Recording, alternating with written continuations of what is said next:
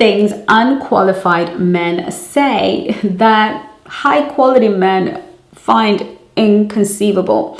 I'm actually going to read this out to you as a list, and then we're going to talk about it. Before I do that, my name is Chengi. I am your dating and relationship teacher and principal here at the Black Swan Relationship Academy, where my coaches and I will teach you how to present as a high value, high status, and high worth woman that high quality men find completely irresistible. Can I get an amen? Amen.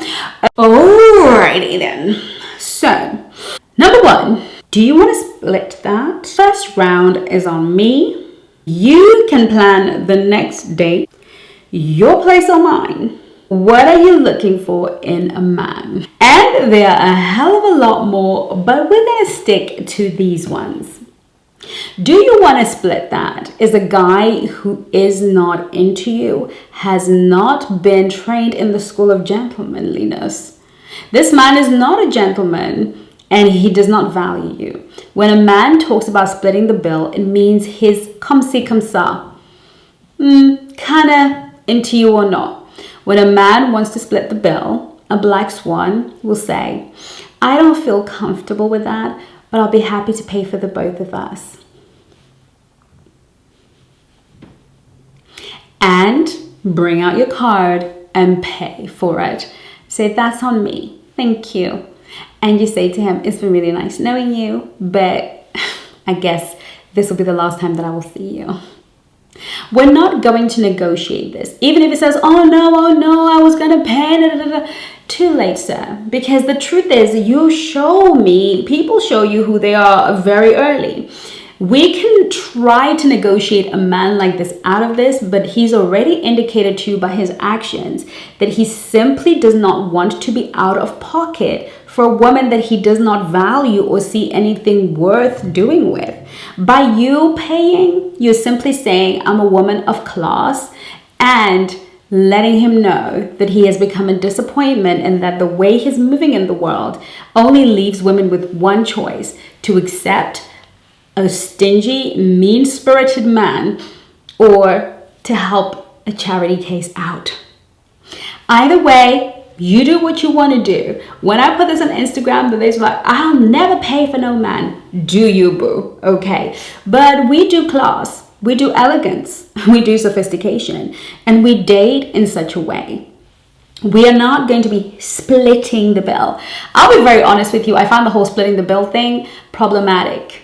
Okay, even in a group setting, if you have friends that need to outline what they ate and pay for that, please don't invite me to that dinner. That's not how I roll.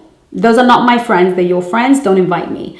Because if we're going to go to dinner as a group, we're going to split that whole bill amongst the however many of us and pay equal shares. End of story, period.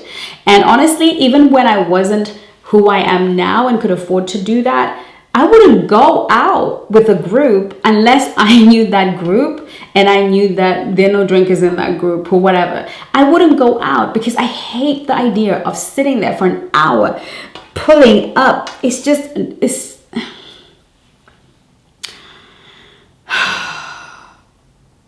moving on. Next one, first round is on me. This is the same as the first one. Number one, it assumes there will be a second round. No. We may not stay that long. And the fact that you've bought me a drink and you want me to buy you one so you feel some kind of way, we're dealing with this first thing. It's the same 50-50. It's the same, I don't want to invest or lose a penny, especially when it comes to things like drinks.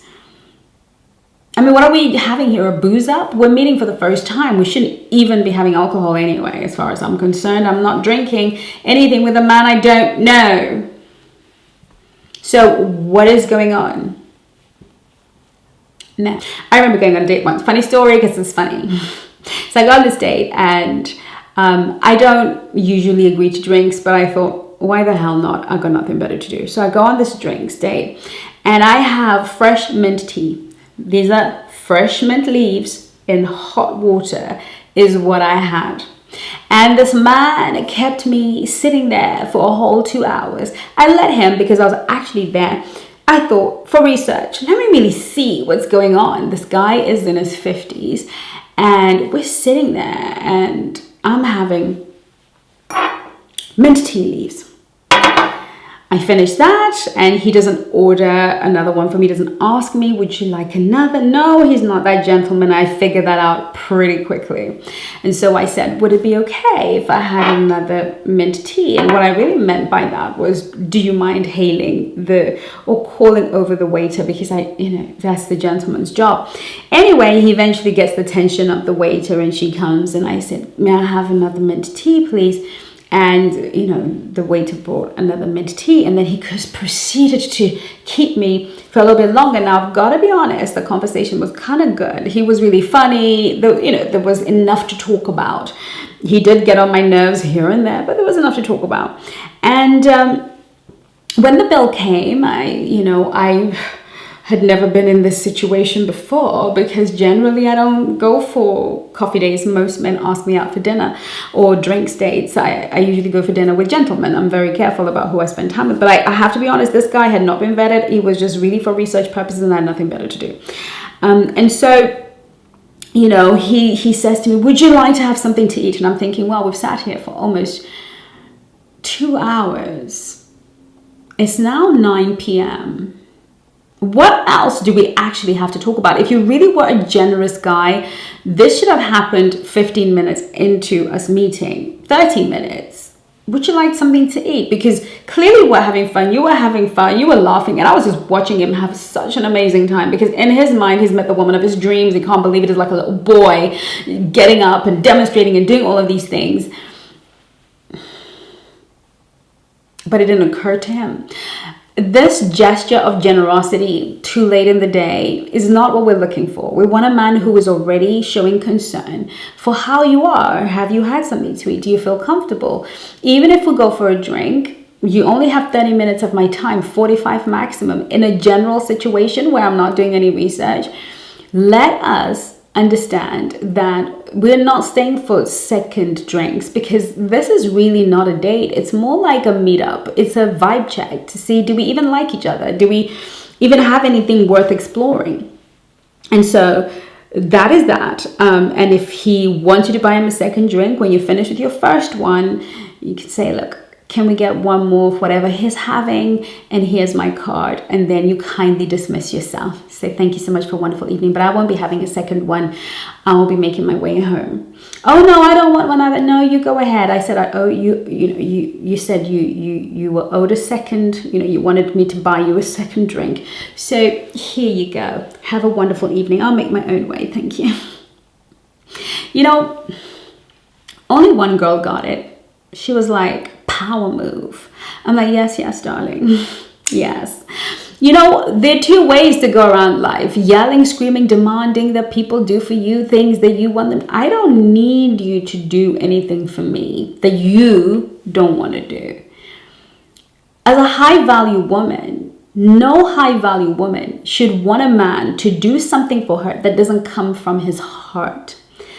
I am simply here to assess what you are, who you are, and how you move in the world. When I realize that you're not going to move in the world with generosity, you're not going to move in the world with confidence. Clearly you've been played and and you also lack the ability to be discerning. Surely you should know the difference between women by now. You should know how to move, but clearly you've learned bad habits from women who want to use you. And here we are. You're behaving with a lady like you're with a tramp.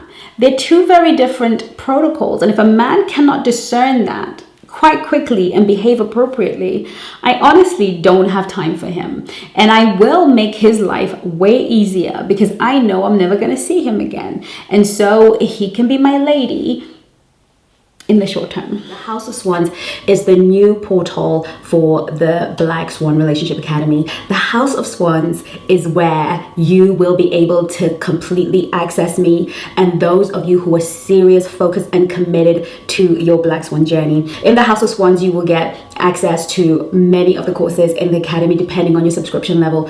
But most importantly, you will get the exclusive courses I am creating only for the women in the House of Swans. So far, we've been talking about the power dynamics between men and women, sharing things that I will never share on public platforms, giving you insight so you understand how power flows between the masculine and the feminine.